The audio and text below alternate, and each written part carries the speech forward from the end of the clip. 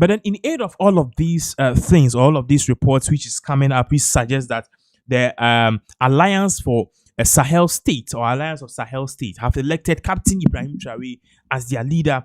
We are now currently learning that Captain Ibrahim Traore took the mantle and now he is giving a statement. And this statement is directly towards or is directly geared towards three set of people. Number one, the ECOWAS.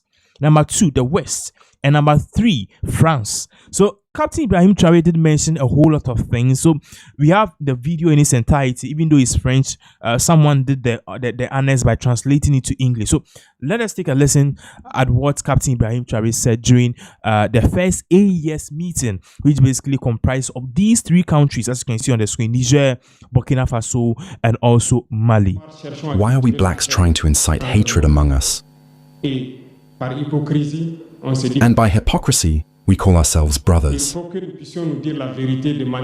must be able to tell the truth in a very crude way, even if it is disgusting. We will apologize, but we must wake up. Why is blackness like this? Why can't we see the danger coming, unite and prevent it? Why do we have to face this danger? They risk decimating us. The others have closed their ears. They pretend not to hear the politics of Austria. Peoples are complacent in colonization. They love this domination. If they don't call the imperialists, come and colonize us. We don't even want to be your slaves. We often ask ourselves questions when we see their reactions. These brainless intellectuals who have been here all day have started debates in total indignity, in total dishonesty, as if they don't see the reality of the examples presented to them. There are many examples when democracy does certain things contrary to the rules it has set. They close their eyes, but they are ready to call us youth or putschists. But be sure of one thing. We are united and we will remain united. And we must open our eyes. Hello, dear brothers and sisters. Hello, dear parents. First of all, I would like to apologize to the Tahitian population. They waited for us yesterday, and God wanted it to be today, and we are here. For this, we thank you for all the good deeds and this wonderful day that we are here in Bamako for the second session of the College of State, leaders of the Confederation of AES.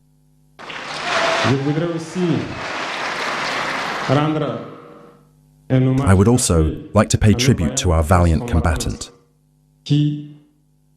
forces who are doing a colossal job on the ground and who allow us to be here today to commune in the name of our populations.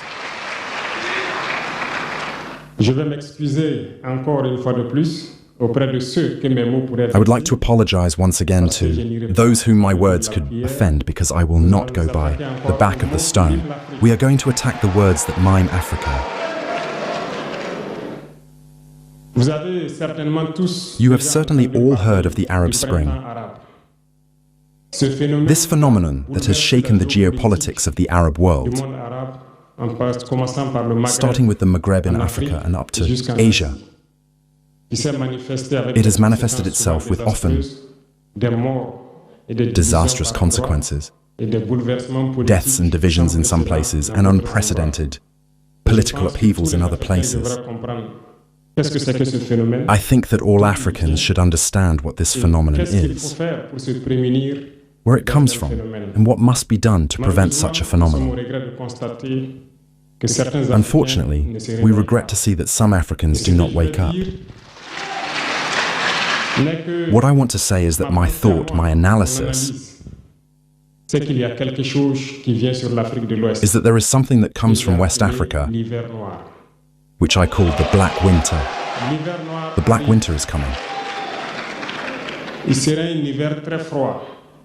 It will be a very cold winter, a bloody winter, a murderous winter. You are going to ask me why. Well, in founding the Confederation of AES,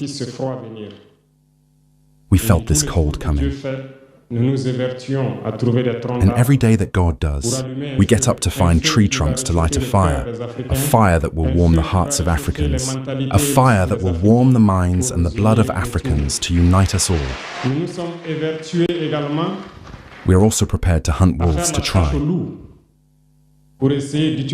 to use their skin to make coats to protect us from the cold of winter. We are prepared to build mountains, large mountains to break the wind of winter and to defeat our communities. Unfortunately, we are forced to see that some blacks are there every day to water our tree trunks with fresh water so that they cannot burn. They turn into wolves to make sure that we,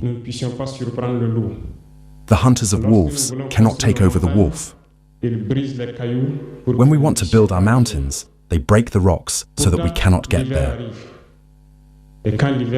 However, winter is coming, and when winter comes, we should allow those who fight to come and protect themselves with our coats that we have made, with the mountains that we have built to protect us from the wind, or to warm themselves with us around the fire. This is the question that we must ask ourselves. What will come of Pan-Africanism when winter comes? Winter will come because war is being transported to West Africa. The imperialists do everything to set West Africa on fire and blood. But from the top of the state to certain populations, either we pretend not to see the danger coming, or we are ourselves accomplices to what is going to happen. Chaos could set in. I said it could set in. Many people could die. We are going to kill each other in such an atrocious way that during this time, they will be there to plunder our wealth, to impose their will, and those who will survive this tragedy will have only two choices: either to unite against imperialism forever, or to end up as slaves until they disappear. So we must prevent ourselves from winter, the coming black winter. We cannot understand that there are blacks in West Africa here, afraid that the terrorists will kill black populations. We cannot understand that cowardly heads of state hide behind the so-called media to discourage insult and incite hatred among the populations. These individuals who are on their plateau, who every morning and evening spit out their toxic venom to incite hatred among the communities, are generally very vile. With their miserable faces, they know how to do that. Look at them. They are here with the eyes of wild Drossophiles, spitting out poison every day. They are trying to divide the community. On social media, they are there, and they are numerous. Why are we blacks trying to incite hatred among us? And by hypocrisy, we call ourselves brothers. We must be able to tell the truth in a very crude way, even if it is disgusting. We will apologize, but we must wake up. Why is blackness like this? Why can't we see the danger coming, unite and prevent it? Why do we have to face this danger? They risk decimating us. The others have closed their ears. They pretend not to hear the politics of Austria. Peoples are complacent in colonization. They love this domination. If they don't call the imperialists, come and colonize us. We don't even want to be your slaves. We often ask ourselves questions when we see their reactions. These brainless intellectuals who have been here all day have started debates in total indignity, in total dishonesty, as if they don't see the reality of the examples presented to them. There are many examples when democracy does certain things contrary to the rules it has set. They close their eyes, but they are ready to call us youth or putschists. But be sure of one thing. We are united and we will remain united. And we must open our eyes. The AES will evolve. Everything is not necessarily pink. Everything cannot go at the rhythm we want. But we are moving forward, calmly, and we will reach our goal. And when winter comes, if we have to go through winter to be free, to be united, we pray to God that it will be so and that He will protect our population. Otherwise, one thing is certain, the AES will win, the AES will grow. Stay calm, because we have confidence in our population. We have confidence in you, that you understand that no manipulation can divide us today. No manipulation can lead us to hate other people. No manipulation can lead us to respond in a physical way to these individuals who have understood absolutely nothing. Stay calm. Do not respond physically. We will respond by communication until they change their own modes of action. And we will also respond according to the modes of action. Stay calm. God will protect the AES. God protects you all the population of the AES. God accompanies you all in your goals. And God, who is so just, fights for those who fight. We are fighters, we are a resilient population, the most resilient of the sub-region. Nobody would have believed that you could stand what you are living. We will overcome terrorism.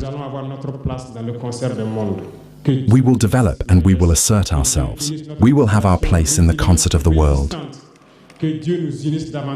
May God bless the AES. May God bless our resilient and resistant population. May God unite us more, the country or death. Thank you.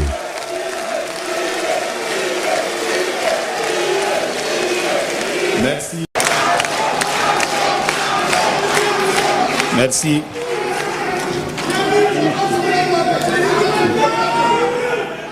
Okay, so that was the leader of the AES, the Alliance of Sahel States, Captain Ibrahim Traore, who gave that powerful message saying that the AES is here to stay and they are here to counter anything that the West will do. Unfortunately for our audience who speak English, we are now moving to the part of the news which is basically Chi. So I'm very sorry, but then we have to do this because we are done with the English part. So I'm very sorry if you can't really understand the translation from here on.